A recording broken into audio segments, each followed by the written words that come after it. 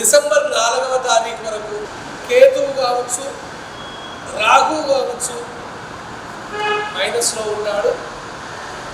December 4 నుండి కేతువు శుభస్థానంలోకి, రాహువు శుభస్థానంలోకి వెళ్ళిపోతారు. అటు మకరంలో రాహువు, కేతువు 3వ స్థానంలో, కర్కాటకంలో మీకు శుభమైనటువంటి స్థానాలలో తాను సంచారం చేస్తూ ఉంటాడు.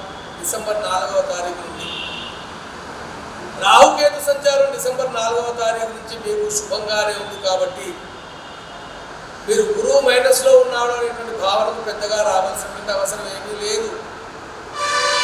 మీకు ఆల్రెడీ జూన్ 1వ తారీఖు దాకా తేదీ వరకు మీకు శుభస్థానంలోనే ఉన్నాడు.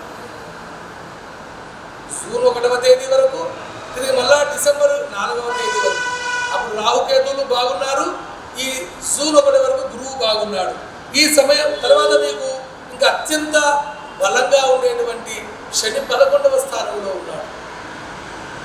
ఒక గురుబలం లేనంత మాత్రాన అయ్యో మాకు గురుబలం పోతుందా, మరి మాకు పనులు అవుతాయా కావా అనేటువంటి భావనకు మీరు రాకండి దయచేసి. మీకు అత్యంత శుభస్థానములో శని ఉన్నాడు.